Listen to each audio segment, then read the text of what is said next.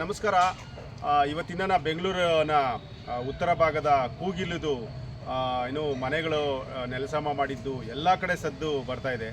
So ನಾನು ಎಲ್ಲ concern ಅಥಾರಿಟೀಸಲ್ಲಿ ಮತ್ತು ಎಲೆಕ್ಟೆಡ್ ರೆಪ್ರೆಸೆಂಟೇಟಿವಲ್ಲಿ ರಿಕ್ವೆಸ್ಟ್ ಮಾಡೋದೇನೆಂದರೆ, ನೀವು ಕೂಡ ಕೆರೆಗಳ ಕಡೆ ಬನ್ನಿ. ಸುಮಾರು ವರ್ಷಗಳಿಂದ ಅಂದರೆ ನೀವು ನೋಡ್ಬೋದು, ಒಂದು 40ರಿಂದ 45 ವರ್ಷದ ಮೇಲ್ಪಟ್ಟು ವರ್ಷಗಳಿಂದ ಕೆರೆ ಭಾಗದಲ್ಲಿ ವಾಸ ಮಾಡ್ತಾ ಇದ್ದಾರೆ ಜನಗಳು. ಅವ್ರಿಗೆ ಒಂದು ಯಾವುದೇ ಆದ ಬೇಸಿಕ್ ಫೆಸಿಲಿಟಿಗಳು ಕೊಡಲಿಲ್ಲ. ಆದ್ದರಿಂದ ನಾನು ಮತ್ತೊಮ್ಮೆ ರಿಕ್ವೆಸ್ಟ್ ಮಾಡೋದೇನೆಂದರೆ, ಕನ್ಸರ್ನ್ ಅಥಾರಿಟೀಸಲ್ಲಿ ಅವ್ರಿಗೆ ಒಂದು ರಿಹ್ಯಾಬಿಲಿಟೇಷನ್ ಸೆಂಟರ್ ಕೊಡೋದು, ಇಲ್ಲಾಂದರೆ ಅವ್ರಿಗೆ ಆದ ಹಕ್ಕುಪತ್ರ ಕೊಡೋದು, ಏನೋ ಒಂದು ಮಾಡಿ ಅವ್ರಿಗೆ ಒಂದು ದಾರಿಗೆ ಅಂದರೆ ಒಂದು ಒಳ್ಳೆ ಪರಿಸರ ನಿರ್ಮಾಣ ಮಾಡಬೇಕಂತ ಈ ಮೂಲಕ ವಿನಂತಿಸ್ಕೊಳ್ತಾ ಇದ್ದೀನಿ.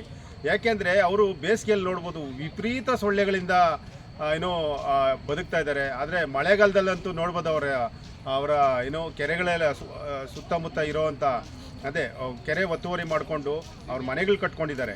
ಅವರೆಲ್ಲ ಮಳೆಗಾಲದಲ್ಲಿ ತುಂಬಾ ವ್ಯಥೆ ಅಂದರೆ ಫ್ಲಡ್ಡಿಂಗ್ ಸಿಚುಯೇಷನಿಂದ ಭಯದಿಂದ ಬದುಕ್ತಾ ಇದ್ದಾರೆ.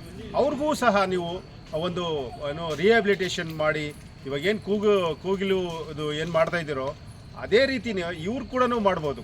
ಆವಾಗ ಕೆರೆ ಪರಿಸರ ಉಳಿಯುತ್ತೆ, ಕೆರೆ ವಾತಾವರಣ ಚೆನ್ನಾಗಾಗುತ್ತೆ, ಮತ್ತು ಅವ್ರ ಬದುಕು ಕೂಡ ಚೆನ್ನಾಗಾಗುತ್ತೆ.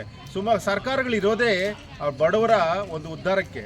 ಆದರೆ ಇವರು 40 ವರ್ಷದಿಂದ 50 ವರ್ಷದಿಂದ ಇಲ್ಲೇ ವಾಸ ಮಾಡ್ಕೊಂಡಿದ್ರು ಕೂಡ ಅವ್ರಿಗೆ ಏನೂ ಇಲ್ಲ. ಎಲೆಕ್ಷನ್ ಬಂದಾಗ ಏನೋ ಒಂದು ಸ್ವಲ್ಪ ಬೂಸ ಹಾಕ್ತಾರೆ, ಅದಾದಮೇಲೆ ಸುಮ್ಮನೆ ಏನೋ ಒಂದು ಭರವಸೆ ಕೊಡ್ತಾರೆ, ಸುಮ್ಮನೆ ಆಗ್ತಾರೆ. ಆದರೆ ಇವ್ರಿಗೂ ಒಂದು ಬೇರೆ ರೀತಿ ಒಂದು ರಿಹ್ಯಾಬಿಲಿಟೇಷನ್ ಮಾಡಿದಾಗ ಅವರು ಬದುಕು ಚೆನ್ನಾಗಾಗುತ್ತೆ. ಕೆರೆಗಳು ಬೆಂಗಳೂರಿನ ಅವಿಭಾಜ್ಯ ಅಂಗ, ಅದನ್ನು ಉಳಿಸ್ದಂಗೆ ಆಗುತ್ತೆ. ಈ ಬಗ್ಗೆ ಅಂದರೆ ಕೂಗಿಲಿಗಿರೋ ಕನ್ಸನ್ನು ಇದಕ್ಕೂ ಸಹ ತೋರಿಸಿದ್ರೆ ಬೆಂಗಳೂರಿನ ಕೆರೆಗಳು ಉಳಿಯುತ್ತೆ, ಮತ್ತು ಅವ್ರ ಬದುಕು ಕೂಡ ಚೆನ್ನಾಗಿ ಆಗುತ್ತೆ. ನಮಸ್ಕಾರ.